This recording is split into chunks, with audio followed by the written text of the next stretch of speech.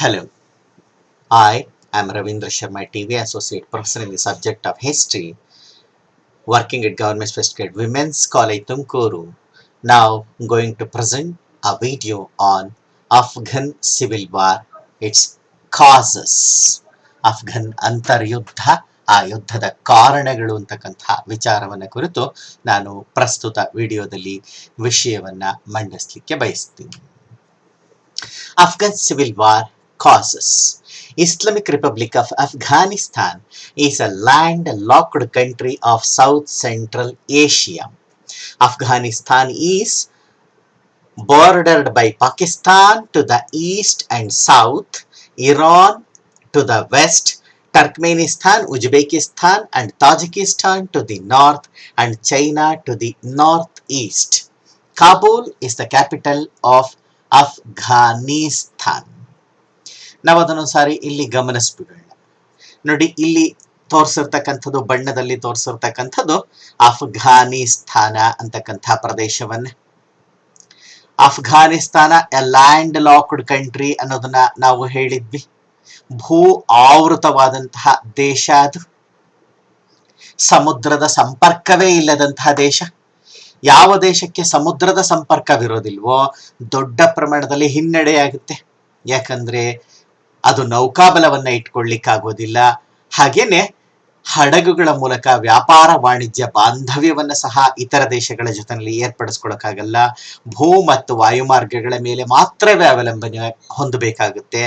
ಹಾಗಾಗಿ ಬಹಳ ಕಷ್ಟಕ್ಕೆ ಬರುತ್ತೆ. ಅಫ್ಘಾನಿಸ್ತಾನದ ಪರಿಸ್ಥಿತಿನೂ ಅಷ್ಟೇನೆ. ಅದು ಭೂ ಆವೃತ ದೇಶವಾಗಿರೋದ್ರಿಂದ ಬಹಳವಾದ ತೊಂದರೆಯನ್ನ ಅನುಭವಿಸ್ತಾ ಇದೆ. ಇನ್ನು ಇಲ್ಲಿ ಯೆಲ್ಲೋ ಕಲರ್ ನಲ್ಲಿ ತೋರಿಸಿರ್ತಕ್ಕಂಥ ದೇಶ ಏನಿದೆ, ಇದು ಅಫ್ಘಾನಿಸ್ತಾನ. ಈಗಾಗಲೇ ಹೇಳಿದ್ವಿ, ಅಫ್ಘಾನಿಸ್ತಾನಕ್ಕೆ ನೋಡಿ, ಇಲ್ಲಿ ಪಾಕಿಸ್ತಾನ ಒಂದು ಕಡೆ ಗಡಿಯಾಗಿದೆ. ದಕ್ಷಿಣದಲ್ಲಿ, ಪಶ್ಚಿಮದಲ್ಲಿ ಬೃಹತ್ ಇರಾನ್ ದೇಶ ಇರೋದನ್ನ ನಾವು ಕಾಣ್ತಾ ಇದ್ದೀವಿ. ಇರಾನ್ ನೋಡಿ. ಹಾಗೇನೆ ಮುಂದೆ ಅಲ್ಲಿ ಟರ್ಕ್ಮೇನಿಸ್ತಾನ ಒಂದು ಕಡೆ ಗಡಿಯಾಗಿದೆ. ಟರ್ಕ್ಮೇನಿಸ್ತಾನ್. ಹಾಗೇನೆ ಇಲ್ಲಿ ನಾವು ಗಮನಿಸಬಹುದು ತಾಜಿಕಿಸ್ತಾನ ಅಂತಕ್ಕಂಥ ದೇಶವನ್ನ, ಉಜ್ಬೇಕಿಸ್ತಾನ ಅಂತಕ್ಕಂಥ ದೇಶವನ್ನ. ಇವುಗಳು ಸಹ ಅಫ್ಘಾನಿಸ್ತಾನಕ್ಕೆ ಗಡಿಯಾಗಿರ್ತಕ್ಕಂಥದ್ದು. ಹಾಗೇನೆ ಇಲ್ಲಿ ಚೀನಾ ದೇಶ ಇದೆ. ಅಫ್ಘಾನಿಸ್ತಾನ ಭಾರತಕ್ಕೂ ಗಡಿ. ಯಾಕಂದ್ರೆ ಈ ಪ್ರದೇಶ ಏನಿದೆ, ಬಾಲ್ಟಿಸ್ತಾನ್ ಪ್ರದೇಶ ಅಂತ ಹೇಳಿ ಕರೀತಕ್ಕಂಥದ್ದು, ಗಿಲ್ಗಿಟ್ ಬಾಲ್ಟಿಸ್ತಾನ್, ಅದು ಭಾರತಕ್ಕೆ ಸೇರಿದಂತಹ ಪ್ರದೇಶ. ಆದ್ರೆ ಈಗ ಅದು ಆಕ್ಯುಪೈಡ್ ಕಾಶ್ಮೀರ್ನ ಭಾಗವಾಗಿ ಪಾಕಿಸ್ತಾನದ ನಿಯಂತ್ರಣದಲ್ಲಿ ಇರ್ತಕ್ಕಂಥದ್ದನ್ನ ಕಾಣಬಹುದು. ಇದು ಅಫ್ಘಾನಿಸ್ತಾನ ಆದ್ರೆ ಇಲ್ಲಿ ಪಾಕಿಸ್ತಾನ ಮತ್ತೆ ಅದನ್ನು ದಾಟ್ತಿದ್ದ ಹಾಗೆ ನಮ್ಮ ಭಾರತ ಸಿಗ್ತಕ್ಕಂಥದ್ದು. ಅದು ಅಫ್ಘಾನಿಸ್ತಾನದ ಭೌಗೋಳಿಕ ಪರಿಸ್ಥಿತಿ ಅನ್ನೋದನ್ನ ನಾವು ಗಮನಿಸಿದ್ವಿ.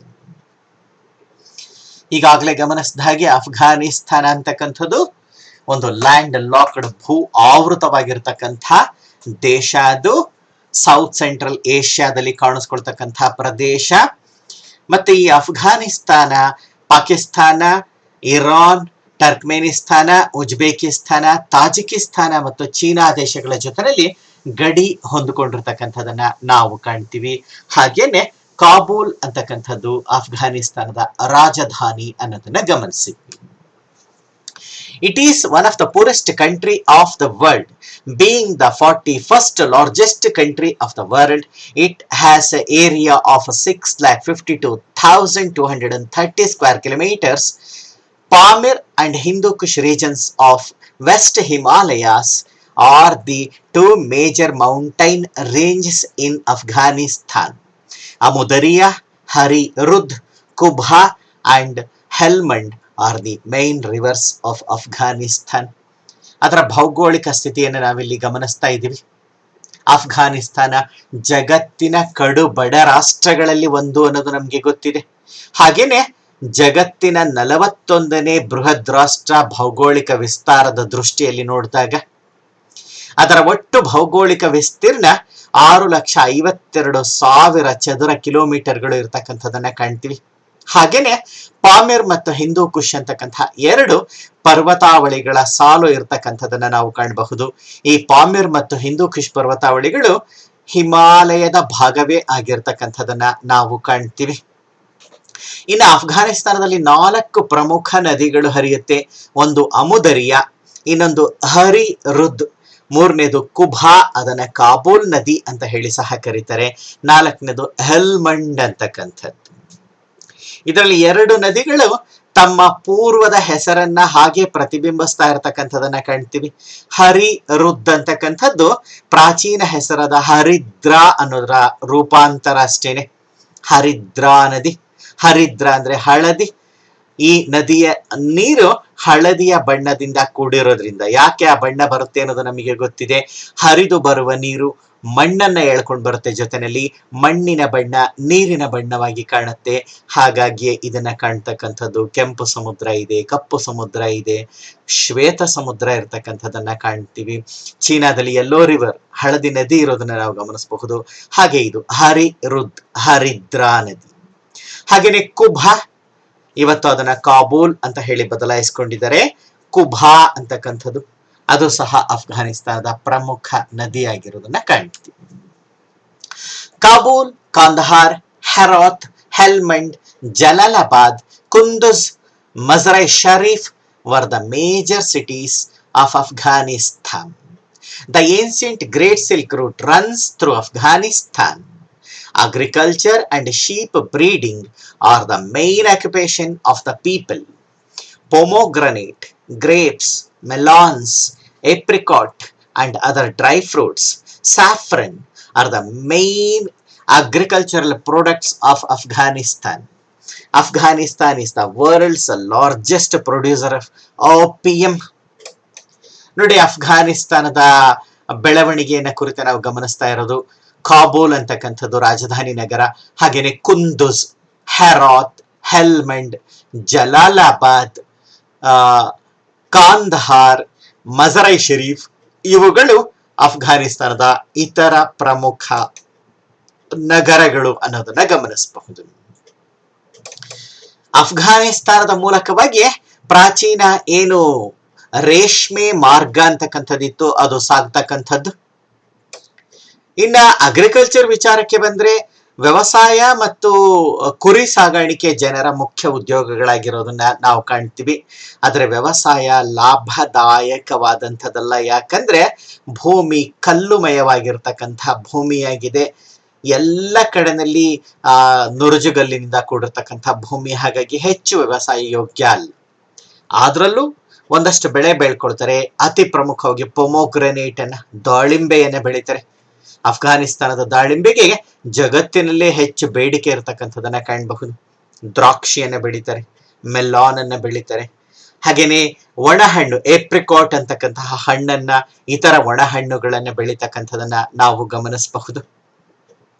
ನಾವಿಲ್ಲಿ ನೆನಪು ಮಾಡ್ಕೊಳ್ಬಹುದು, ಬಾಬರ್ ಭಾರತಕ್ಕೆ ಬಂದ್ಮೇಲೆ ಅವನೇನು ತನ್ನ ಆತ್ಮಚರಿತ್ರೆಯನ್ನ ಬರೀತಾನೆ, ತುಸ್ಕೈ ಬಾಬರಿ, ಅದರೊಳಗೆ ಬರೆದಿದ್ದಾನೆ ತನ್ನ ಅಫ್ಘಾನಿಸ್ತಾನದಲ್ಲಿ ದೊರಕತಕ್ಕಂಥ ರುಚಿ ರುಚಿಯಾದ ಒಣಹಣ್ಣುಗಳು ಭಾರತದಲ್ಲಿ ದೊರಕ್ತಾ ಇಲ್ಲ ಅಂತ ಹೇಳಿ. ಅವತ್ತಿನಿಂದಲೂ ಪ್ರಖ್ಯಾತ ಆಯ್ತು. ಸಾಫ್ರನ್ ಸಹ ಬೆಳೀತಾರೆ. ವರ್ಲ್ಡ್ ಮಾರ್ಕೆಟ್ ನಲ್ಲಿ ತುಂಬಾ ಡಿಮ್ಯಾಂಡ್ ಇರ್ತಕ್ಕಂಥ ಸಾಫ್ರನ್. ಸಾಫ್ರನ್ ಅಂದ್ರೆ ಕೇಸರಿ, ಹಾಲಿಗೆ ಅಥವಾ ಬೇರೆದಕ್ಕೆ ಬಣ್ಣವನ್ನ ಕೊಡ್ಲಿಕ್ಕೆ, ರುಚಿ ಪರಿಮಳವನ್ನ ಕೊಡ್ಲಿಕ್ಕೆ ಬಳಸ್ತಕ್ಕಂಥದ್ದು, ಬಹಳ ಬೆಲೆ ಬಾಳ್ತಕ್ಕಂಥದ್ದು ಸಾಫ್ರನ್. ಇನ್ನು ಅಫ್ಘಾನಿಸ್ತಾನ ಪ್ರಪಂಚದ ಅತಿ ದೊಡ್ಡ ಉತ್ಪಾದಕ ರಾಷ್ಟ್ರ ಅಫೀಮಿನ ಬೆಳೆಗೆ ಸಂಬಂಧಪಟ್ಟ ಹಾಗೆ. ಅಫೀಮು, ಓಫಿಯಂ ನಮ್ಗೆ ಗೊತ್ತಿದೆ, ಮಾದಕ ಪದಾರ್ಥ. ಅದು ಅತಿ ದೊಡ್ಡ ಪ್ರಮಾಣದಲ್ಲಿ ಬೆಳೀತಾರೆ. ಅದರಲ್ಲೂ ಪಾಕಿಸ್ತಾನ ಅಫ್ಘಾನಿಸ್ತಾನ ಬಾರ್ಡರ್ ರೀಜನ್ ನಲ್ಲಿ ಅತಿ ದೊಡ್ಡ ಪ್ರಮಾಣದಲ್ಲಿ ಬೆಳೆದು ಕಳ್ಳ ಸಾಗಾಣಿಕೆಯ ಮೂಲಕ ಪ್ರಪಂಚಕ್ಕೆಲ್ಲ ತಲುಪಿಸ್ತಾ ಇರೋದನ್ನು ಕಾಣಬಹುದು. Afghanistan have a population of about 3.8 crores. Out of 80% Sunnis, 19% Shias, remaining 1% belongs to other religions. Afghans belongs to more than 20 ethnic groups. Main ethnic groups were Pashtun, Tajik, Uzbek, Turkmen, etc. And no unity among them exists. Pashto Afghan Persian and Dari are the official languages of Afghanistan. ಈ ಅಫ್ಘಾನಿಸ್ತಾನ ಅಂತಕ್ಕಂಥದ್ರ ಜನಸಂಖ್ಯೆ 3.8 ಕೋಟಿಗಿಂತ ಹೆಚ್ಚಿರ್ತಕ್ಕಂಥದನ್ನ ನಾವು ಕಾಣ್ತೀವಿ. ಇದರಲ್ಲಿ 180% ಸುನ್ನಿ ಮುಸ್ಲಿಮರು ಇದ್ದಾರೆ, ಮತ್ತೆ 19% ಶಿಯಾ ಮುಸ್ಲಿಮರು. ಅಂದ್ರೆ ಒಟ್ಟಾರೆಯಾಗಿ ದೇಶದ ಜನಸಂಖ್ಯೆಯಲ್ಲಿ 99%ಗಿಂತ ಹೆಚ್ಚಿನ ಜನ ಇಸ್ಲಾಂ ಧರ್ಮವನ್ನೇ ಅನುಸರಿಸ್ತಾ ಇರ್ತಕ್ಕಂಥದ್ದು. ಉಳಿದ 1% ಜನಸಂಖ್ಯೆಯಲ್ಲಿ ಹಿಂದೂಗಳು, ಕ್ರಿಶ್ಚಿಯನ್ನರು, ಸಿಖ್ಖರು, ಇತರ ಧರ್ಮೀಯರು ಇರ್ತಕ್ಕಂಥದನ್ನ ಕಾಣಬಹುದು. ಈ ಅಫ್ಘಾನಿಸ್ತಾನದಲ್ಲಿ 20ಕ್ಕಿಂತ ಹೆಚ್ಚು ಒಂದು ಬುಡಕಟ್ಟುಗಳು, ಸಮುದಾಯಗಳು ವಾಸ ಮಾಡ್ತಾ ಇರ್ತಕ್ಕಂಥದನ್ನ ಕಾಣ್ತೀವಿ. ಅದರಲ್ಲಿ ಪ್ರಮುಖವಾದಂತಹ ಜನಸಮುದಾಯ ಅಂದ್ರೆ ಪಶ್ತೂನ್, ತಾಜಿಕ್, ಉಜ್ಬೇಕ್ ಮತ್ತು ಟರ್ಕ್ಮೇನ್ ಜನಸಮುದಾಯಗಳು. ಹಾಗಾಗಿನೇ ಈ ಜನಸಮುದಾಯಗಳು ತಮ್ಮ ಪ್ರತ್ಯೇಕತೆಯನ್ನು ಉಳಿಸ್ಕೊಂಡಿವೆ, ಪ್ರತ್ಯೇಕತೆಯನ್ನು ಮುಂದುವರಿಸ್ತಾ ಇವೆ. ಪ್ರತಿಯೊಂದು ಈ ಗುಂಪು ಜನಸಮುದಾಯನು ತಮ್ಮದೇ ಆದಂತಹ ಆಚಾರ, ವಿಚಾರ, ಸಂಪ್ರದಾಯ, ಭಾಷೆ ಇವುಗಳನ್ನು ಬೆಳೆಸ್ಕೊಂಡಿರೋದ್ರಿಂದ ಐಕ್ಯತೆ ಅನ್ನೋದು ಹೆಚ್ಚಿನದಾಗಿ ಇಲ್ಲ. ಅಫ್ಘಾನಿಸ್ತಾನದಲ್ಲಿ ಹಲವಾರು ಭಾಷೆಗಳು ಬಳಕೆಯಲ್ಲಿದ್ರು ಅಧಿಕೃತ ಮಾನ್ಯತೆಯನ್ನು ಪಡೆದಿರ್ತಕ್ಕಂಥದ್ದು ಇವತ್ತು ಪಶ್ತು ಮತ್ತು ದರಿ ಅಂತಕ್ಕಂಥ ಭಾಷೆಗಳು. ಪಶ್ತು ಅಂತಕ್ಕಂಥ ಭಾಷೆಯನ್ನ ಜನಸಂಖ್ಯೆ 70%ಕ್ಕಿಂತ ಹೆಚ್ಚಿನ ಜನ ಬಳಸ್ತಕ್ಕಂಥದ್ದು. ಅದು ಒಂದು ರೀತಿಯಲ್ಲಿ ಪರ್ಷಿಯನ್ ಅಫ್ಘನ್ ಭಾಷೆ, ಪರ್ಷಿಯನ್ ಭಾಷೆಯ ಜೊತೆಯಲ್ಲಿ ಹೆಚ್ಚು ಸಾಮ್ಯತೆ ಹೊಂದಿರತಕ್ಕಂಥದ್ದು. ಇನ್ನು ಹಿಸ್ಟಾರಿಕ್ ಬ್ಯಾಕ್ ಗ್ರೌಂಡ್ ಅನ್ನು ನೋಡ್ಲಿಕ್ಕೆ ಹೋದ್ರಿ, Afghanistan was a part of Indus civilisation. Gandhari mother of Kauravas was of Gandhara region. Darius of Persia, Alexander the Great of Greece annexed this country. It was a part of Mauryan and Kushan Empire. Gandhara school of art was flourished here. Afghanistan Islamized during Ghaznavid and Ghurid period. Mongols under Genghis Khan ravaged the country. Mughals, Nadir Shah of Persia, also invaded this country. Muhammad Shah Durrani ruled here. ನೋಡಿ, ಐತಿಹಾಸಿಕ ಬೆಳವಣಿಗೆಯ ಸಂಕ್ಷಿಪ್ತ ಮಾಹಿತಿಯನ್ನು ಪಡ್ಕೊಳ್ತಾ ಇದ್ದೀವಿ. ಅಫ್ಘಾನಿಸ್ತಾನ ಅತಿ ಪ್ರಾಚೀನ ಕಾಲದಲ್ಲಿ ಸಿಂಧೂ ಸಂಸ್ಕೃತಿಯ ಭಾಗವೇ ಆಗಿತ್ತು. ಆ ಪ್ರದೇಶದಲ್ಲಿ ಸಹ ಸಿಂಧೂ ಸಂಸ್ಕೃತಿ ಹರಡಿದ್ದನ್ನ ನಾವು ಗಮನಿಸಬಹುದು. ವಿಶಾಲ ಸಿಂಧೂ ಸಂಸ್ಕೃತಿಯ ವ್ಯಾಪ್ತಿಯಲ್ಲಿ ಅಫ್ಘಾನಿಸ್ತಾನದ ಭಾಗಗಳು ಸೇರಿದ್ದನ್ನ ಕಾಣ್ತೀವಿ. ಹಾಗೇನೆ ಭಾರತದ ಪ್ರಮುಖವಾದಂತಹ ಏನು ಮಹಾಕಾವ್ಯ ಇದೆ ಮಹಾಭಾರತ, ಅದರಲ್ಲಿ ಕಾಣಿಸ್ಕೊಳ್ತಕ್ಕಂತಹ ಪ್ರಮುಖ ಪಾತ್ರ ಗಾಂಧಾರಿ. ಆಕೆ ಗಾಂಧಾರ ರಾಜನ ಮಗಳು. ಅಫ್ಘಾನಿಸ್ತಾನದ ಭಾಗವನ್ನೇ ಗಾಂಧಾರ ಅಂತ ಹೇಳಿ ಕರಿತಾ ಇದ್ದಿದ್ದು ಪ್ರಾಚೀನ ಕಾಲದಲ್ಲಿ. ಕ್ರಿಸ್ತ ಶಕದ ಆರಂಭದ ಕಾಲದಲ್ಲೂ ಅದನ್ನ ಗಾಂಧಾರ ಅಂತ ಹೇಳಿ ಕರಿತಾ ಇದ್ದಿದ್ದು. ಶಕುನಿಯನ್ನ ಸಹ ಗಾಂಧಾರ ನರೇಶ ಅಂತ ಹೇಳಿ ಕರೆದಿರೋದನ್ನ ನಾವು ಗಮನಿಸಬಹುದು. ಹಾಗಾಗಿ ಅದು ಭಾರತದ ಭಾಗವೇ ಆಗಿದ್ದಂತಹ ಪ್ರದೇಶ. ಮುಂದೆ ಪರ್ಷಿಯದ ರಾಜ 1ನೇ ಡೇರಿಯಸ್ ಈ ಪ್ರದೇಶವನ್ನು ಗೆದ್ದುಕೊಂಡು ಆಳಿದ್ದ. ಹಾಗೆ ವಿಶ್ವ ವಿಜೇತನಾಗ್ತಕ್ಕಂತಹ ಕನಸು ಹೊತ್ತು ಹೊರಟಿದ್ದಂತಹ ಗ್ರೀಸ್ನ ಅಲೆಕ್ಸಾಂಡರ್ ಮಹಾಶಯ ಸಹ ಅಫ್ಘಾನಿಸ್ತಾನದ ಭಾಗಗಳನ್ನು ಗೆದ್ದುಕೊಂಡಿದ್ದ ಭಾರತಕ್ಕೆ ಬರತಕ್ಕಂತಹ ದಾರಿನಲ್ಲಿ. ಮುಂದೆ ಅಫ್ಘಾನಿಸ್ತಾನ ಮೌರ್ಯ ಸಾಮ್ರಾಜ್ಯ ಮತ್ತು ಕುಶಾನ ಸಾಮ್ರಾಜ್ಯದ ಭಾಗವಾಗಿತ್ತು. ಗಾಂಧಾರ ಸ್ಕೂಲ್ ಆಫ್ ಆರ್ಟ್ ಅಂತಕ್ಕಂಥದ್ದು, ಗಾಂಧಾರ ವಾಸ್ತುಕಲೆ ಅಂತಕ್ಕಂಥದ್ದು ಬಹಳ ಬಹಳ ಪ್ರಸಿದ್ಧವಾದದ್ದು. ಅದರಲ್ಲೂ ಗಾಂಧಾರ ವಾಸ್ತುಕಲೆ ಪ್ರಧಾನವಾಗಿ ಬೌದ್ಧ ವಾಸ್ತುಕಲೆ, ಇಂಡೋ ಗ್ರೀಕ್ ಆರ್ಕಿಟೆಕ್ಚರ್ ಅನ್ನೋದನ್ನ ನಾವು ಗಮನಿಸ್ತೀವಿ. ಅಫ್ಘಾನಿಸ್ತಾನ ಹೆಚ್ಚು ಕಡಿಮೆ ಪೂರ್ಣ ಪ್ರಮಾಣದಲ್ಲಿ ಇಸ್ಲಾಮೈಸ್ ಆಗ್ತಾ ಹೋದದ್ದು, ಅಂದ್ರೆ ಆ ದೇಶ ಇಸ್ಲಾಮಿಕ್ ರಾಷ್ಟ್ರ ಅಥವಾ ಅಲ್ಲಿಯ ಜನ ಬಹುತೇಕರು ಇಸ್ಲಾಮನ್ನ ಅನುಸರಿಸ್ತಾ ಹೋದದ್ದು ಘಜ್ನಿ ಮತ್ತು ಘೋರಿ ಮನೆತನಗಳ ಆಳ್ವಿಕೆಯ ಕಾಲಮಾನದಲ್ಲಿ. ಹಾಗೆಯೇ ಚಂಗೀಸ್ ಖಾನ್ ನಾಯಕತ್ವದ ಮಂಗೋಲರು ಅಫ್ಘಾನಿಸ್ತಾನವನ್ನ ದೊಡ್ಡ ಪ್ರಮಾಣದಲ್ಲಿ ವಿನಾಶಗೈದಿದ್ದನ್ನು ನಾವು ಕಾಣಬಹುದು. ಆಕ್ರಮಿಸಿಕೊಂಡು ಇನ್ನಿಲ್ಲದ ಹಾಗೆ ವಿನಾಶವನ್ನ ಮಾಡಿದ್ರು. ಮುಂದೆ ಮೊಘಲರು ಅಫ್ಘಾನಿಸ್ತಾನದ ಭಾಗಗಳನ್ನು ಗೆದ್ದುಕೊಂಡು ತಮ್ಮ ಸಾಮ್ರಾಜ್ಯದಲ್ಲಿ ಸೇರಿಸಿಕೊಂಡು ಆಳಿದ್ದನ್ನ ಕಾಣ್ತೀವಿ. ಪರ್ಷಿಯಾದ ನಾಸಿರ್ ಶಹ ಅಫ್ಘಾನಿಸ್ತಾನವನ್ನು ಗೆದ್ದುಕೊಂಡಿದ್ದ. ಹಾಗೇನೆ ಮೊಹಮ್ಮದ್ ಶಾ ದುರಾನಿ ಅಫ್ಘಾನಿಸ್ತಾನದವನೇ. ಈ ಅಫ್ಘಾನಿಸ್ತಾನದ ಭಾಗವನ್ನು ಗೆದ್ದುಕೊಂಡು ತನ್ನ ರಾಜ್ಯವನ್ನು ವಿಸ್ತರಿಸಿದ್ದನ್ನ ಕಾಣಬಹುದು. ಇದು ಐತಿಹಾಸಿಕ ಬೆಳವಣಿಗೆ. On 19th August 1919, after Third Anglo-Afghan War, King Amanullah Khan proclaimed Afghan independence by signing a treaty of Rawalpindi in 1921. Non-aggression pact was signed between USSR and Afghanistan. In 1929, Amanullah was dethroned and next ruler Nadir Shah was assassinated. The last monarch of Afghanistan was Muhammad Zahir Shah, reigning from 8th March 1933 until he was deposed on 17th July 1973. ಆಧುನಿಕ ಕಾಲದ ಬೆಳವಣಿಗೆಯನ್ನು ನಾವಿಲ್ಲಿ ಗಮನಿಸ್ತಾ ಇರತಕ್ಕಂಥದ್ದು 19-20ನೇ ಶತಮಾನದ ಬೆಳವಣಿಗೆಯನ್ನ ಗಮನಿಸ್ತಾ ಇದ್ದೀವಿ.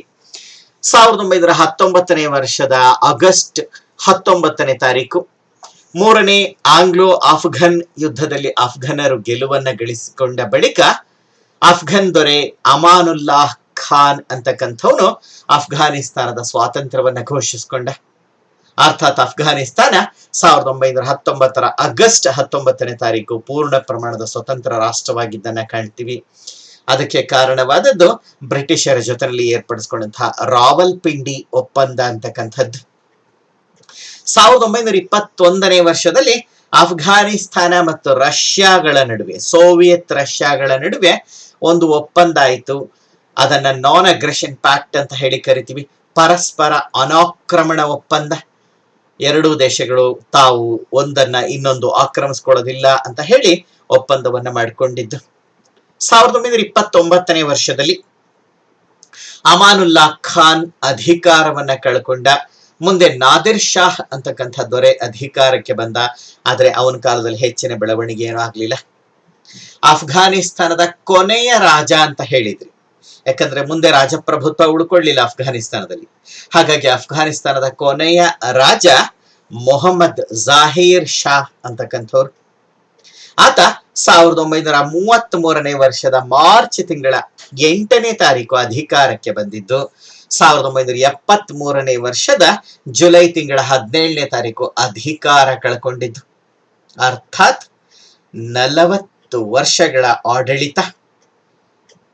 ಸೊ ಇದು ಅಫ್ಘಾನಿಸ್ತಾನದ ಆಧುನಿಕ ಕಾಲದ ರಾಜಕೀಯ ಬೆಳವಣಿಗೆ. ಅಫ್ಘಾನಿಸ್ತಾನ ಸ್ವತಂತ್ರವಾದ ಬಳಿಕ ಆದಂತಹ ಬೆಳವಣಿಗೆ ನಾವು ಗಮನಿಸಿದಾಗ ಅಮಾನುಲ್ಲಾ ಖಾನ್, ನಾದಿರ್ ಶಾ ಮತ್ತೆ ಜಾಹೀರ್ ಶಾ ದೊರೆಗಳು. Zahir Shah expanded Afghanistan's diplomatic relations with many countries. In 1946, Afghanistan became a member of United Nations organization. Zahir's cousin and brother-in-law, Dawood Khan, Muhammad Dawood Khan, served as Prime Minister. In 1963, Dawood was dropped for his pro-USSR policies. ನೋಡಿ, ಮೊಹಮ್ಮದ್ ಜಾಹೀರ್ ಶಾ ದೊರೆ ಏನಿದ್ದ ಅಫ್ಘನ್ನ ಕೊನೆಯ ದೊರೆ, ರಾಜತಾಂತ್ರಿಕ ಸಂಬಂಧಗಳನ್ನ ಹಲವಾರು ದೇಶಗಳ ಜೊತೆಯಲ್ಲಿ ಏರ್ಪಡಿಸಿಕೊಂಡು ಅಫ್ಘಾನಿಸ್ತಾನಕ್ಕೆ ಒಂದು ಭದ್ರತೆಯನ್ನು ಕಲ್ಪಿಸಿಕೊಡೋ ಪ್ರಯತ್ನ ಪಡ್ದ. ಹಾಗೆಯೇ ಅಂತಾರಾಷ್ಟ್ರೀಯವಾಗಿ ಅಫ್ಘಾನಿಸ್ತಾನದ ಬೆಳವಣಿಗೆಗೂ ಪ್ರಯತ್ನವನ್ನ ಪಟ್ಟಿದ್ದನ್ನ ಕಾಣ್ತೀವಿ. 1946ನೇ ವರ್ಷದಲ್ಲಿ ವಿಶ್ವಸಂಸ್ಥೆ ಅಸ್ತಿತ್ವಕ್ಕೆ ಬರ್ತಿದ್ದ ಹಾಗೆ ಅಫ್ಘಾನಿಸ್ತಾನ ಸಹ ವಿಶ್ವಸಂಸ್ಥೆಯ ಸದಸ್ಯ ರಾಷ್ಟ್ರವಾಗಿ ಮಾರ್ಪಟ್ಟಿದ್ದನ್ನ ಕಾಣ್ತೀವಿ. ಜಾಹೀರ್ ಶಾನ ಸಂಬಂಧಿ, ಜಾಹೀರ್ ಶಾನ ಬ್ರದರ್ ಇನ್ ಲಾ, ಭಾವ ಮೈದುನ ಮೊಹಮ್ಮದ್ ದಾವೂದ್ ಖಾನ್ ಅಂತಕ್ಕಂಥವನು ಪ್ರಧಾನಮಂತ್ರಿಯಾಗಿ ಸೇವೆಯನ್ನ ಸಲ್ಲಿಸ್ತಾ ಇದ್ದ. ಇಬ್ಬರ ನಡುವೆ ಹೊಂದಾಣಿಕೆ ಇದ್ದದ್ರಿಂದ ಪ್ರಧಾನಿ ಮತ್ತು ರಾಜನ ನಡುವೆ, ಜಾಹೀರ್ ಶಾಹ್ ಮತ್ತೆ ಮೊಹಮ್ಮದ್ ದಾವೂದ್ ಖಾನ್ ನಡುವೆ ಅನ್ಯೋನ್ಯ ಬಾಂಧವ್ಯ ಇದ್ದದ್ರಿಂದ ಆರಂಭದಲ್ಲಿ ಎಲ್ಲವೂ ಚೆನ್ನಾಗಿ ಇತ್ತು.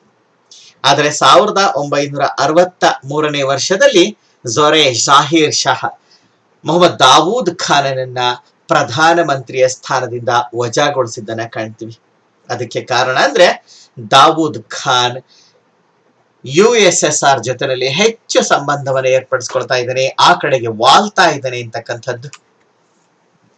On 17th July 1973, Dawood Khan dethroned King Zahir Shah when Zahir Shah was in Italy for medical treatment and became the first president of Afghanistan. It means Afghanistan became a republic. He tried to establish close relations with Western countries. Because of his corrupt administration, he lost popular support. PDPA. PDPA means People's Democratic Party of Afghanistan organized Saur Revolution and Dawood was assassinated on 27th April 1978. PDPA begins communist rule which marks the beginning of Afghan Civil War. ನೋಡಿ 1973ನೇ ವರ್ಷದ July ತಿಂಗಳ 17ನೇ ತಾರೀಕು ಹಿಂದಿನ ಪ್ರಧಾನಿಯಾಗಿದ್ದಂತಹ ಈಗ ಅಧಿಕಾರ ಕಳ್ಕೊಂಡಿದ್ದಂತಹ ಮೊಹಮ್ಮದ್ ದಾವೂದ್ ಖಾನ್ ದೊರೆ ಜಾಹಿರ್ ಖಾನನ್ನೇ ಅಧಿಕಾರದಿಂದ ಕಿತ್ತ ಹಾಕದ. ಆ ಹಂತದಲ್ಲಿ ಮೊಹಮ್ಮದ್ ಜಾಹಿರ್ ಶಾ ದೊರೆ ಇಟಲಿ ದೇಶದಲ್ಲಿದ್ದ. ತನ್ನ ಕಣ್ಣಿನ ಶಸ್ತ್ರಚಿಕಿತ್ಸೆಗೋಸ್ಕರ ಇಟಲಿಗೆ ಹೋಗಿದ್ದು. ಆ ಅವಕಾಶವನ್ನು ಬಳಸಿಕೊಂಡು ಹಿಂದಿನ ಪ್ರಧಾನಿ ದಾವೂದ್ ಖಾನ್ ರಾಜಪ್ರಭುತ್ವವನ್ನೇ ಕೊನೆಗೊಳಿಸಿ ಅಫ್ಘಾನಿಸ್ತಾನದಲ್ಲಿ ಗಣರಾಜ್ಯ ವ್ಯವಸ್ಥೆಯನ್ನು ಏರ್ಪಡಿಸಿ ತಾನೇ ಅಫ್ಘಾನಿಸ್ತಾನದ ಅಧ್ಯಕ್ಷನಾಗಿ ಅಧಿಕಾರ ವಹಿಸಿಕೊಂಡಿದ್ದನ್ನ ಕಾಣ್ತೀವಿ.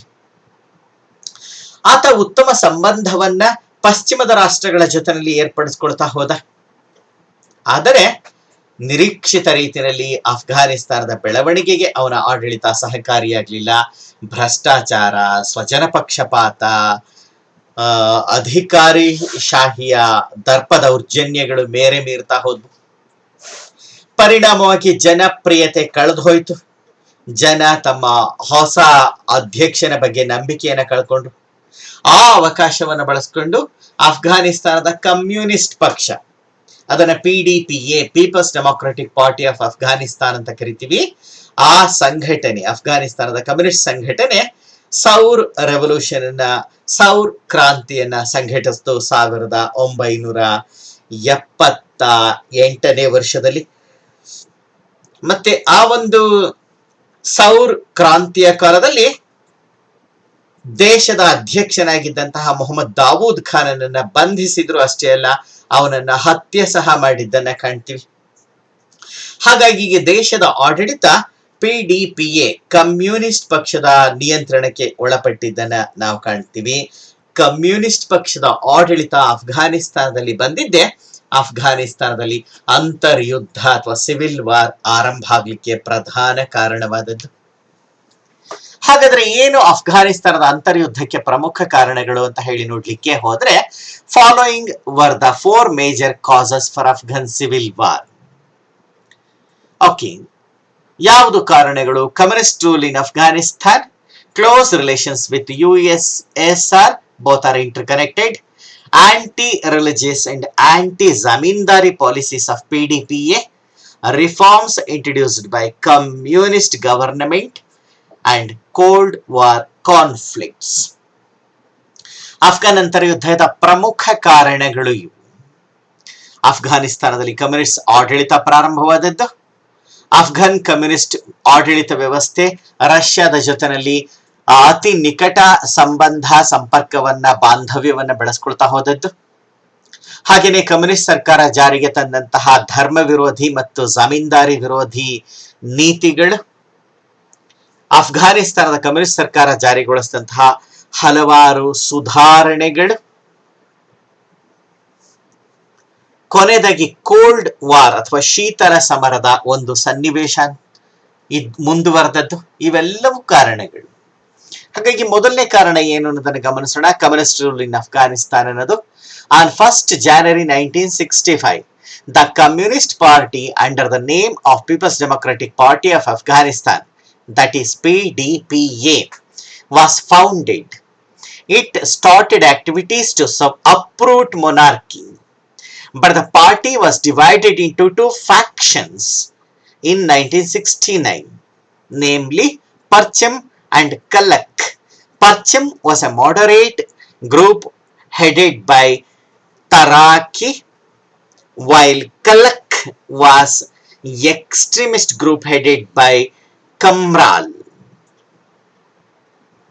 Both factions joined together and supported Dawood Khan to dethrone monarchy in 1973. In 1978, PDPA assassinated Dawood Khan and formed communist government.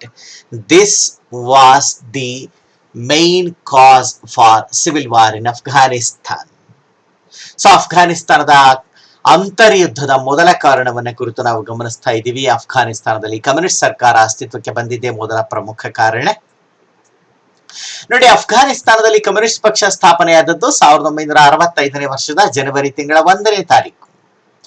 ಪಕ್ಷವನ್ನ ಸ್ಥಾಪನೆ ಮಾಡಿದಾಗ ಅದಕ್ಕೆ ಇಟ್ಟ ಹೆಸರು PDPA ಅಥವಾ people's democratic party of Afghanistan.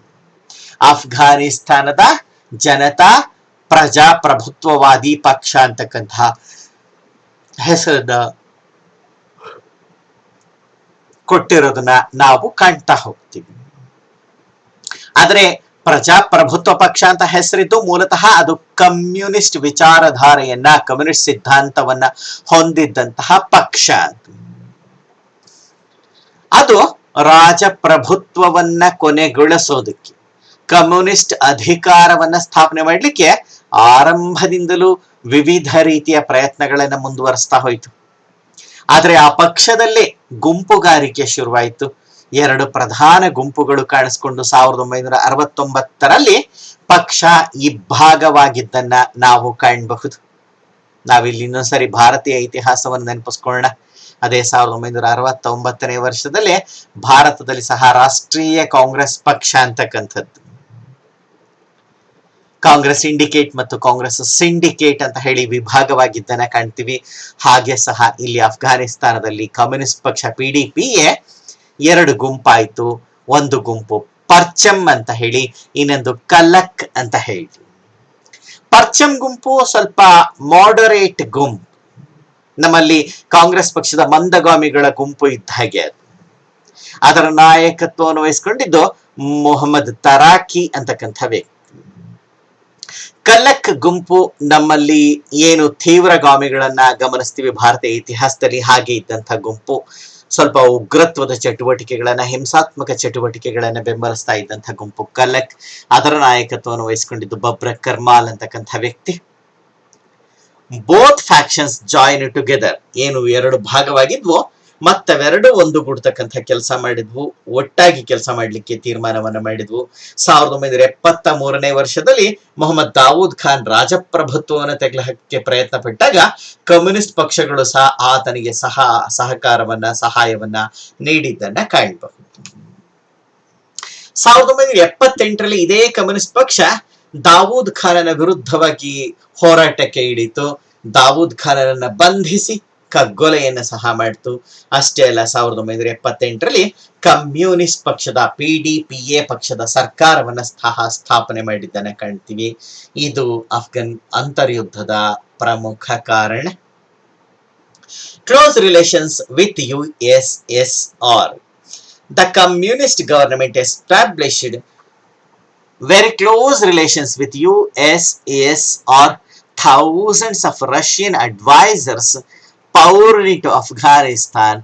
This event feared the people.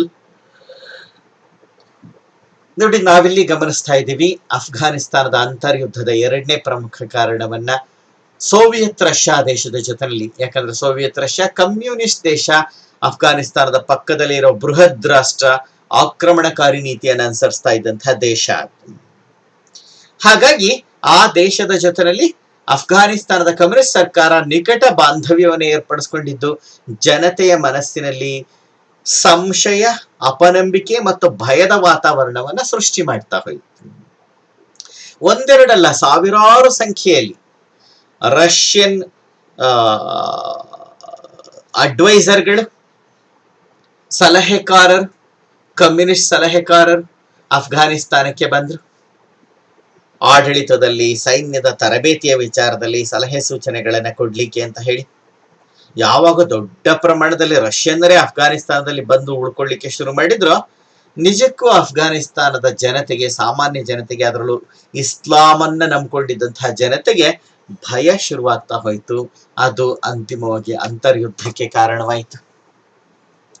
Anti-religious and anti-zamindari policies of PDPA. The PDPA administration introduced anti-religious and anti-zamindari policies in Afghanistan. The conservative Islamic people think that they may lose their religion. Islamic priestly class also encouraged people to overthrow communism. Zamindars who lost their large agricultural lands due to reforms also opposed the government. ನೋಡಿ, ಎರಡು ಪ್ರಮುಖ ಸುಧಾರಣೆಗಳು.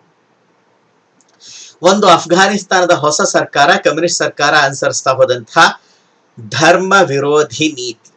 ಯಾಕೆ ಅನುಸರಿಸ್ತು ಅನ್ನೋದು ನಮ್ಗೆ ಗೊತ್ತಿದೆ. Communist ಸಿದ್ಧಾಂತದಲ್ಲಿ ಧರ್ಮಕ್ಕೆ ಯಾವುದೇ ಸ್ಥಾನವೂ ಇಲ್ಲ. ಕಾರ್ಲ್ ಮಾರ್ಕ್ಸ್ ಅತ್ಯಂತ ಸ್ಪಷ್ಟವಾಗಿ ಹೇಳಿರೋದನ್ನ ನಾನು ನೆನಪು ಮಾಡ್ಕೊಳ್ತೀನಿ. ರಿಲಿಜನ್ ಈಸ್ ಲೈಕ್ ಓಫಿಯಂ ಅನ್ನೋ ಮಾತನ್ನ ಹೇಳ್ತಾನೆ. ಮಾದಕ ಪದಾರ್ಥ ಮತ್ತು ಬರೆಸ್ತಕ್ಕಂಥದ್ದು ಅದು ಧರ್ಮ ಅಂತಕ್ಕಂಥದ್ದು. ಹಾಗಾಗಿ ಈ ಒಂದು ಕಮ್ಯುನಿಸ್ಟ್ ಸರ್ಕಾರ, ಅಫ್ಘಾನಿಸ್ತಾನದ ಹೊಸ ಕಮ್ಯುನಿಸ್ಟ್ ಸರ್ಕಾರ ಎಲ್ಲ ಧಾರ್ಮಿಕ ಚಟುವಟಿಕೆಗಳ ಮೇಲೆ ನಿರ್ಬಂಧವನ್ನ ಹೇರ್ತಾ ಹೋಗಿದ್ದನ್ನ ಕಾಣ್ತೀವಿ. ಧಾರ್ಮಿಕ ಆಚಾರ ವಿಚಾರಗಳ ಮೇಲೆ ನಿರ್ಬಂಧವನ್ನ ಹೇರ್ತಾ ಹೋಗಿದ್ದನ್ನ, ಹಾಗೇನೆ ಧಾರ್ಮಿಕ ನಾಯಕರುಗಳೇನಿದ್ರು, ಮುಲ್ಲಾಗಳು, ಮೌಲ್ವಿಗಳು, ಇತರ ಉನ್ನತ ಇಸ್ಲಾಮಿಕ್ ಧಾರ್ಮಿಕ ನಾಯಕರುಗಳು, ಅವರು ಸಹ ಇತರರ ಹಾಗೆ ದುಡಿಮೆಗಾರ ವರ್ಗವಾಗಿ ಮಾರ್ಪಡಬೇಕು ಅಂತ ತಿಳಿಸ್ತಾ ಹೋದದ್ದು. ಯಾವುದೇ ಕಷ್ಟದ ಬದುಕನ್ನು ನಡೆಸ್ತಲೇ ಕೇವಲ ಧಾರ್ಮಿಕ ವಿಚಾರಗಳನ್ನ ಹೇಳ್ಕೊಂಡು, ಕುರಾನ್ ವಿಚಾರಗಳನ್ನ ಹೇಳ್ಕೊಂಡು ನೆಮ್ಮದಿಯ ಬದುಕನ್ನ, ಗೌರವದ ಬದುಕನ್ನ, ಎಲ್ಲರಿಂದ ಗೌರವವನ್ನು ಪಡ್ಕೊಳ್ತಾ ಇದ್ದ ಇಸ್ಲಾಂ ಧಾರ್ಮಿಕ ನಾಯಕರು ಈಗ ಒಂದ್ ರೀತಿ ಎಲ್ಲ ಕಳ್ಕೊಳ್ಬೇಕಾಯ್ತು. ಹಾಗಾಗಿ ಅವರು ಕಮ್ಯುನಿಸ್ಟ್ ಸರ್ಕಾರ, ಧರ್ಮ ವಿರೋಧಿ ಸರ್ಕಾರ, ಇಸ್ಲಾಂ ವಿರೋಧಿ ಸರ್ಕಾರ, ಅದಕ್ಕೆ ಬೆಂಬಲ ಕೊಡ್ಬೇಡಿ ಅಂತ ಜನಕ್ಕೆ ಹೇಳಿ ಜನರನ್ನ ಒಂದು ಕಡೆ ಎತ್ತು ಕಟ್ಟಿದ್ರು. ಇನ್ನೊಂದು ಕಡೆನಲ್ಲಿ ಜಮೀನ್ದಾರರು, ಕಮ್ಯುನಿಸ್ಟ್ ಸರ್ಕಾರದ ನೀತಿ ನಮ್ಗೆ ಗೊತ್ತಿದೆ. ಅದು ಪ್ರೈವೇಟ್ ಪ್ರಾಪರ್ಟಿ ರೈಟ್ಸ್ ಅನ್ನ ವಿರೋಧಿಸುತ್ತೆ. ವೈಯಕ್ತಿಕ ಆಸ್ತಿಯ ಹಕ್ಕಿನ ವಿರುದ್ಧವಾಗಿರ್ತಕ್ಕಂಥದ್ದು ಕಮ್ಯುನಿಸ್ಟ್ ಐಡಿಯಾಲಜಿ. ಅದರಲ್ಲಿ ಅಫ್ಘಾನಿಸ್ತಾನದಲ್ಲಿ ಇದ್ದಂಥ ವ್ಯವಸ್ಥೆ ಅಂದ್ರೆ ಕೆಲವು ಸಾವಿರ ಮಂದಿ ಬೃಹತ್ ಜಮೀನ್ದಾರರ ಕಡೆಗೆ ದೇಶದ ಅತಿ ದೊಡ್ಡ ಪ್ರಮಾಣದ ಭೂ ಸಂಪತ್ತು, ವ್ಯವಸಾಯ ಯೋಗ್ಯ ಭೂ ಸಂಪತ್ತು ಇದ್ದದ್ದು ಜಮೀನ್ದಾರರು. ಈಗ ಕಮ್ಯುನಿಸ್ಟ್ ಸರ್ಕಾರ ಭೂ ಕಾಯ್ದೆಗಳನ್ನ, ಭೂ ಸುಧಾರಣಾ ಕಾಯ್ದೆಗಳನ್ನ ಜಾರಿಗೆ ತಂತು. ಜಮೀನ್ದಾರರ ಬಳಿನಲ್ಲಿದ್ದ ಸಾವಿರಾರು ಎಕರೆ ಭೂಮಿಯನ್ನ ಕಿತ್ಕೊಂಡು ಸಾಮಾನ್ಯ ಕಾರ್ಮಿಕರಿಗೆ, ಕೃಷಿ ಕಾರ್ಮಿಕರಿಗೆ, ರೈತರಿಗೆ ಹಂಚಿಕೊಡ್ತಾ ಹೋಯ್ತು. ಇಲ್ಲಿ ಎರಡು ರೀತಿಯ ಘರ್ಷಣೆಯನ್ನು ಕಾಣಬಹುದು. ಒಂದು, ಜಮೀನ್ದಾರರು ತಮ್ಮ ದೊಡ್ಡ ಹಿಡುವಳಿಗಳನ್ನ, ಅಪಾರ ಭೂ ಸಂಪತ್ತನ್ನ ಕಳ್ಕೊಂಡಂತಹ ಜಮೀನ್ದಾರರು ಕಮ್ಯುನಿಸ್ಟ್ ಸರ್ಕಾರದ ವಿರುದ್ಧ ತಿರುಗಿ ಬಿದ್ರು. ಎರಡನೇದು, ಮೂಢನಂಬಿಕೆ, ಮೂಢ ಸಂಪ್ರದಾಯಗಳನ್ನೇ ಅನುಸರಿಸ್ತಾ ಇದ್ದಂತಹ ಸಾಮಾನ್ಯ ದುಡಿಮೆಗಾರ ವರ್ಗ ಸಹ ಕಮ್ಯುನಿಸ್ಟ್ ಸರ್ಕಾರದ ಈ ಭೂ ಹಂಚಿಕೆಯ ಸುಧಾರಣೆಯ ಲಾಭ ಪಡ್ಕೊಳ್ಳಿಲ್ಲ. ಅವರು ಸಹ ದೇವರು, ಧರ್ಮ ಇವುಗಳ ಒಂದು ನಂಬಿಕೆಗೆ, ಒಂದು ಮೂಢನಂಬಿಕೆಗೆ ತುತ್ತಾಗಿ ಸರ್ಕಾರ ಮಾಡಿದ ಸುಧಾರಣಾ ಕ್ರಮಗಳ ಲಾಭವನ್ನ ಪಡ್ಕೊಳ್ಳಿಕ್ಕೆ ಬದಲಾಗಿ ಅವರು ಸಹ ಜಮೀನ್ದಾರರು ಮತ್ತೆ ಧಾರ್ಮಿಕ ನಾಯಕರ ಮಾತನ್ನ ಕೇಳ್ಕೊಂಡು ಕಮ್ಯುನಿಸ್ಟ್ ಸರ್ಕಾರವನ್ನ ವಿರೋಧಿಸ್ತಾ ಹೋಗಿದ್ದನ್ನ, ಅಂತರ್ಯುದ್ಧದಲ್ಲಿ ಪಾಲ್ಗೊಂಡಿದ್ದನ್ನ ಕಾಣ್ತೀವಿ. Reforms introduced by communist government. PDPA regime introduced several radical reforms including women education, de-parda system, land redistribution law, employment opportunities for women, etc. This made traditional Islamic people to rebel against PDPA. ನೋಡಿ, ಇಲ್ಲಾಗಿತ್ತು ಎಷ್ಟೇ, communist ಸರ್ಕಾರ ತರಾತುರಿನಲ್ಲಿ ಹಲವಾರು ಸುಧಾರಣೆಗಳನ್ನ ತರ್ತಾ ಹೋಯಿತು. ಹಂತ ಹಂತವಾಗಿ ನಿಧಾನಕ್ಕೆ ಜನರನ್ನ ಒಲಿಸ್ಕೊಂಡು ಬದಲಾವಣೆಯನ್ನು ತಂದಿದ್ರೆ ಕಷ್ಟ ಆಗ್ತಿರ್ಲಿಲ್ಲ. ಬದಲಾವಣೆಗಳನ್ನ ಬಲವತ್ಕಾರವಾಗಿ ಹೇರ್ತಕ್ಕಂಥ ಕೆಲಸ ಮಿಲಿಟರಿ ಶಕ್ತಿಯನ್ನ ಬಳಸ್ಕೊಂಡು ಏನ್ ಮಾಡ್ತು, ಒಳ್ಳೆ ಸುಧಾರಣೆಗಳೇ. ಸ್ತ್ರೀಯರಿಗೆ ವಿದ್ಯಾಭ್ಯಾಸದ ಸೌಲಭ್ಯವನ್ನ ಒದಗಿಸ್ಕೊಡ್ತು. ಎಲ್ಲರಿಗೂ ಆಧುನಿಕ ಶಿಕ್ಷಣದ ಸೌಲಭ್ಯವನ್ನು ಒದಗಿಸ್ಕೊಡ್ತು. ಇದು ಮುಖ್ಯ. ಆಧುನಿಕ ಶಿಕ್ಷಣ, ಪಾಶ್ಚಾತ್ಯ ಮಾದರಿಯ ಶಿಕ್ಷಣ, ರಷ್ಯನ್ ಮಾದರಿಯ ಶಿಕ್ಷಣವನ್ನು ಒದಗಿಸ್ಕೊಡ್ತಾ ಹೋದದ್ದು. ಮುಸ್ಲಿಮರು ಅದನ್ನ ಒಪ್ಕೊಳ್ಳಿಲ್ಲ. ಯಾಕಂದ್ರೆ ಅವರ ಸಂಪ್ರದಾಯಶೀಲ ಮನಸ್ಸು, ಕುರಾನ್, ಹದೀಸ್, ಶರಿಯತ್ ಅವುಗಳನ್ನ ತಿಳ್ಕೊಂಡ್ರೆ ಸಾಕು, ಬೇರೆ ಶಿಕ್ಷಣ ಬೇಕಿಲ್ಲ ಅನ್ಕೊಂಡಿದ್ದವ್ರು. ಹಾಗೆ ಪರ್ದಾ ಸಿಸ್ಟಮ್ ಅನ್ನ ಕೈ ಬಿಡೋದಕ್ಕೆ ಕಾನೂನುಗಳನ್ನ ಮಾಡ್ತು. ಮುಸ್ಲಿಂ ಮಹಿಳೆಯರು ತಮ್ಮ ದೇಹ ಮತ್ತು ಮುಖದ ಭಾಗವನ್ನ ಸಹ ಮುಚ್ಕೊಳ್ತಕ್ಕಂಥ ಉದ್ದ ಪರ್ದಾಗಳನ್ನ, ನಿಲುವಂಗಿಯ ರೀತಿಯ ಪರ್ದಾಗಳನ್ನ ಹಾಕೊಳ್ತಾ ಇದ್ರು. ಅದು ಬೇಡ, ಆಧುನಿಕ ಒಂದು ಉಡುಗೆ ತೊಡುಗೆಗಳನ್ನ ಹಾಕೊಳ್ಳಿ ಅಂತ ಕಾನೂನನ್ನು ಮಾಡಿದ್ದು. ಇದು ಸಹ ಸಂಪ್ರದಾಯಶೀಲ ಮುಸ್ಲಿಮರಿಗೆ ಇಷ್ಟ ಆಗ್ದಲೇ ಹೋದದ್ದು. ಹಾಗೆ ಮುಸ್ಲಿಂ ಹೆಣ್ಣು ಮಕ್ಕಳಿಗೆ ಉದ್ಯೋಗ ಅವಕಾಶವನ್ನ ಕಲ್ಪಿಸ್ಕೊಡ್ತಾ ಹೋದದ್ದು. ಇವೆಲ್ಲ ಸುಧಾರಣೆಗಳು ಮತ್ತು ಇತರ ಸುಧಾರಣೆಗಳು ಸಾಮಾನ್ಯ ಸಂಪ್ರದಾಯವಾದಿ ಜನ ಸರ್ಕಾರವನ್ನೇ ಅನುಮಾನದ ದೃಷ್ಟಿಯಿಂದ ನೋಡ್ಲಿಕ್ಕೆ ಶುರು ಮಾಡಿದ್ರು. ಅಂತರ್ಯುದ್ಧ ಪ್ರಾರಂಭ ಆಗ್ತಿದ್ದ ಹಾಗಾಗಿನೇ ಸಾಮಾನ್ಯ ಜನರು ದೊಡ್ಡ ಪ್ರಮಾಣದಲ್ಲಿ ಕಮ್ಯುನಿಸ್ಟ್ ಸರ್ಕಾರದ ವಿರುದ್ಧವಾಗಿ ಅಂತರ್ಯುದ್ಧದಲ್ಲಿ ಭಾಗವಹಿಸಿದ್ರು. ಇನ್ನ ಕೊನೆಯದಾಗಿ ಕೋಲ್ಡ್ ವಾರ್ ಕಾನ್ಫ್ಲಿಕ್ಟ್ಸ್ ಅಂತಕ್ಕಂಥದ್ದು. After World War II, USA and USSR emerged as superpowers. Both USA and USSR tried to expand their influence all over the world. When Afghanistan became communist nation, with the help of USSR, USA feared of spread of communism in greater part of Asia. So it supported the rebels for a civil war. ನೋಡಿ, ನಮಗೆ ಗೊತ್ತಿದೆ ಶೀತಲ ಸಮರ ಅನ್ನೋದು ಪ್ರಧಾನವಾಗಿ USA ಮತ್ತು USSR ಗಳ ನಡುವೆ ಆರಂಭವಾದಂತಹ ಮುಸುಕಿನ ಹೋರಾಟ. USA USSR ಗಳು ನೇರ ಯುದ್ಧ ಮಾಡಲಿಲ್ಲ, ಬೇರೆಯವರನ್ನ ಯುದ್ಧಕ್ಕೆ ಇಳಿಸಿ ತಮ್ಮ ಶಕ್ತಿ ಸಾಮರ್ಥ್ಯವನ್ನ ಪರೀಕ್ಷೆ ಮಾಡ್ಕೊಳ್ತಾ ಹೋದದ್ದು, ತಮ್ಮ ಪ್ರಭಾ ವಲಯವನ್ನ ವಿಸ್ತರಿಸ್ಕೊಳ್ತಾ ಹೋದದ್ದು. ಯಾವಾಗ ರಷ್ಯಾ ತನ್ನ ಪ್ರಭಾವವನ್ನು ಬಳಸಿಕೊಂಡು ಅಫ್ಘಾನಿಸ್ತಾನದಲ್ಲಿ ಕಮ್ಯುನಿಸ್ಟ್ ಸರ್ಕಾರವನ್ನ, ಕಮ್ಯುನಿಸ್ಟ್ ಆಡಳಿತವನ್ನ ಸ್ಥಾಪನೆ ಮಾಡ್ತೋ, ಅಮೆರಿಕ ದಿಗಿಲುಗೊಂಡು. ಎಲ್ಲಿ ರಷ್ಯಾದ ಪ್ರಭಾವಕ್ಕೆ ಒಳಗಾಗಿ ಏಷ್ಯಾದ ಇತರ ದೊಡ್ಡ ರಾಷ್ಟ್ರಗಳು, ಭಾರತವು ಪ್ರಧಾನವಾಗಿ, ಕಮ್ಯುನಿಸ್ಟ್ ಸಿದ್ಧಾಂತವನ್ನು ಒಪ್ಕೊಂಡ್ಬಿಡುತ್ತೋ, ಏಷ್ಯಾ ವಿಭಾಗದಲ್ಲಿ ತನ್ನ ಪ್ರಭುತ್ವಕ್ಕೆ ಹೊಡೆತ ಬೀಳುತ್ತೋ ಅಂತ ಹೇಳಿ ಹೆದರಿದ ಅಮೆರಿಕೆಯ ಸಂಯುಕ್ತ ಸಂಸ್ಥಾನ ರಷ್ಯಾದಲ್ಲಿ ಅಫ್ಘಾನಿಸ್ತಾನದಲ್ಲಿ ಆರಂಭವಾದಂತಹ ಕಮ್ಯುನಿಸ್ಟ್ ಆಡಳಿತವನ್ನು ಕಿತ್ತು ಹಾಕ್ಲಿಕ್ಕೆ ವಿರೋಧಿಗಳಿಗೆ ದೊಡ್ಡ ಪ್ರಮಾಣದಲ್ಲಿ ಹಣಕಾಸಿನ, ಶಸ್ತ್ರಾಸ್ತ್ರದ, ತರಬೇತಿಯ ನೆರವನ್ನ ಕೊಟ್ಟು ಈ ಅಂತರ್ಯುದ್ಧ ಅಂತಕ್ಕಂಥದ್ದು ಮುಂದುವರಿಯೋದಕ್ಕೆ ಕಾರಣವಾಯಿತು. ಸೊ ಇದಿಷ್ಟು ಪ್ರಧಾನವಾಗಿರ್ತಕ್ಕಂಥ ಕಾರಣಗಳು. ಸೊ ಅಫ್ಘಾನಿಸ್ತಾನದ ಭೌಗೋಳಿಕ ಸ್ಥಿತಿಯನ್ನ ಗಮನಿಸಿದ್ವಿ, ಗಡಿಗಳನ್ನ ಗಮನಿಸಿದ್ವಿ, ನದಿಗಳನ್ನ ಗಮನಿಸಿದ್ವಿ, ಐತಿಹಾಸಿಕ ಹಿನ್ನೆಲೆಯನ್ನ ಗಮನಿಸಿದ್ವಿ, 19ನೇ ಶತಮಾನದ ನಂತರದ ಬೆಳವಣಿಗೆಯನ್ನ ಗಮನಿಸಿದ್ವಿ. 1919ರ ಒಂದು ಆಗಸ್ಟ್ ತಿಂಗಳ 19ನೇ ತಾರೀಕು ಸ್ವಾತಂತ್ರ್ಯವಾಗಿದ್ದಾನೆ ಅಮಾನುಲ್ಲಾ ಖಾನ್. ಅನಂತರದಲ್ಲಿ ಕೊನೆಯ ದೊರೆ ಜಾಹೀರ್ ಖಾನನ ಆಡಳಿತವನ್ನ ಗಮನಿಸಿದ್ವಿ. ಪ್ರಧಾನಿ ದಾವೂದ್ ಖಾನ್ ರಾಜಪ್ರಭುತ್ವವನ್ನು ಕೊನೆಗೊಳಿಸಿದ್ದನ 1973ರಲ್ಲಿ. PDPಯ ಕಮ್ಯುನಿಸ್ಟರು 1978ರಲ್ಲಿ ಸೌರ್ ಕ್ರಾಂತಿಯನ್ನು ನಡೆಸಿ ದಾವೂದ್ ಖಾನನನ್ನ ಕೊಂದು ಹಾಕಿ ಕಮ್ಯುನಿಸ್ಟ್ ಸರ್ಕಾರವನ್ನ ಸ್ಥಾಪನೆ ಮಾಡಿದ್ದನ್ನ ಗಮನಿಸಿದ್ವಿ. ಅದೇ ಪ್ರಮುಖ ಕಾರಣ ಅಂತರ್ಯುದ್ಧಕ್ಕೆ ಅನ್ನೋದು ಗೊತ್ತಾಯಿತು. ಇತರ ಕಾರಣಗಳನ್ನ ಗಮನಿಸಿದ್ವಿ. ಕಮ್ಯುನಿಸ್ಟ್ ಆಡಳಿತ ಪ್ರಾರಂಭವಾದದ್ದು, ಹಾಗೇನೆ ಧರ್ಮ ವಿರೋಧಿ ಮತ್ತು ಜಮೀನ್ದಾರಿ ವಿರೋಧಿ ಕಾಯ್ದೆಗಳನ್ನ ಜಾರಿಗೆ ತಂದಿದ್ದು, ಶೀತಲ ಸಮರದ ಒಂದು ಭಾಗವಾಗಿ ಕಾಣಿಸ್ಕೊಂಡದ್ದು, ಹೊಸ ಸುಧಾರಣೆಗಳನ್ನು ಜಾರಿಗೊಳಿಸ್ತಾ ಹೋದದ್ದು. ಸೊ ಇವೆಲ್ಲ ಪ್ರಧಾನವಾದಂತಹ ಕಾರಣಗಳು ಈ ಒಂದು ಅಫ್ಘಾನಿಸ್ತಾನದ ಒಂದು ಅಂತರ್ಯುದ್ಧಕ್ಕೆ ಅನ್ನೋದನ್ನ ನಾವು ಗಮನಿಸಿದ್ವಿ. ಇದು ಅಫ್ಘಾನಿಸ್ತಾನದ ಅಂತರ್ಯುದ್ಧದ ಹಿನ್ನೆಲೆ. ಮುಂದಿನ ವಿಡಿಯೋದಲ್ಲಿ ನಾವು ಹಾಗಾದ್ರೆ ಅಂತರ್ಯುದ್ಧ ಹೇಗೆ ಬೆಳವಣಿಗೆಯನ್ನ ಕಾಣ್ತಾ ಹೋಯ್ತು ಅನ್ನೋದನ್ನ ಗಮನಿಸ್ತೀವಿ. ಈ ವಿಚಾರದೊಂದಿಗೆ ವಿಡಿಯೋವನ್ನ ಮುಕ್ತಾಯ ಮಾಡೋಣ. ಥ್ಯಾಂಕ್